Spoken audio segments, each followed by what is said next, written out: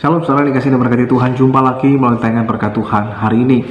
Yohanes pasal yang ke-21 ayat yang ke-15 sampai yang ke-19 dikisahkan bagaimana Tuhan Yesus mendatangi Simon Petrus yang pada waktu itu Simon Petrus sementara sedang dalam keadaan terpuruk dan hidup dengan penyesalan yang amat dalam karena Simon Petrus telah menyangkal Tuhan Yesus. Nah, oleh karenanya Tuhan Yesus mendatangi Simon Petrus hendak memulihkan kembali keadaan dan kehidupan dari Simon Petrus agar dia bangkit dari rasa penyesalannya itu dan kemudian dia bisa memulihkan saudara-saudara yang lain tetapi juga dapat melayani Tuhan kembali. Saudara dikasih Tuhan, setiap kita memiliki penyesalan dalam hidup kita masing-masing. Menyesali hal-hal yang kita lakukan atau kita menyesali hal-hal yang tidak kita lakukan dalam hidup ini. Banyak orang yang kemudian tinggal dalam penyesalan mereka sehingga tindakan mereka makin hari justru semakin salah. Tidak banyak orang yang kemudian mau berbalik dari cara hidup mereka yang salah dan menebusnya dengan cara hidup dan tindakan yang benar di hadapan Tuhan. Saudara dikasih Tuhan, penyesalan selalu datangnya di belakang. Kalau di depan itu namanya resepsionis. Karena dengan hidup dengan penyesalan itu akan membawa kita itu selalu melihat ke belakang, yang kemudian akan membawa kita hidup dengan rasa bersalah, membuat kita makin terpuruk, membuat kita kemudian mengambil keputusan dan tindakan yang salah dan yang bodoh dalam hidup ini.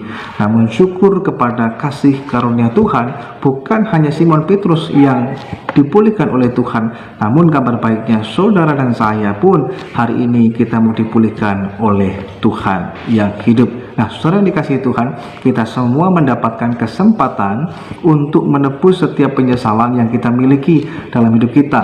Dengan pertolongan dan kasih karunia daripada Tuhan, maka waktu yang hilang, kesempatan, keputusan, dan bahkan tindakan yang salah yang pernah kita lakukan itu bisa ditebus.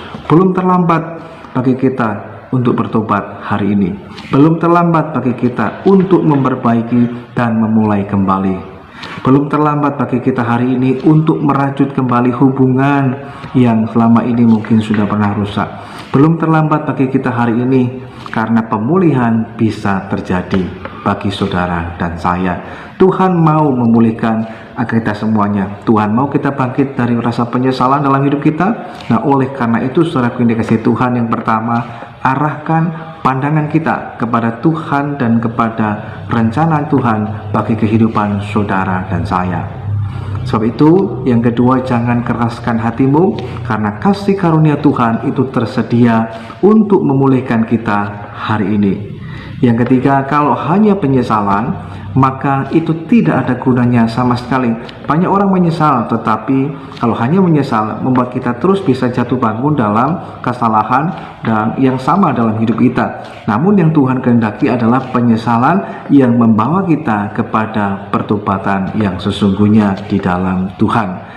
Saudara itu, saudara yang dikasihi Tuhan, terima anugerah daripada Tuhan dengan iman. Maka hari ini kita dapat mengalami pemulihan daripada Tuhan.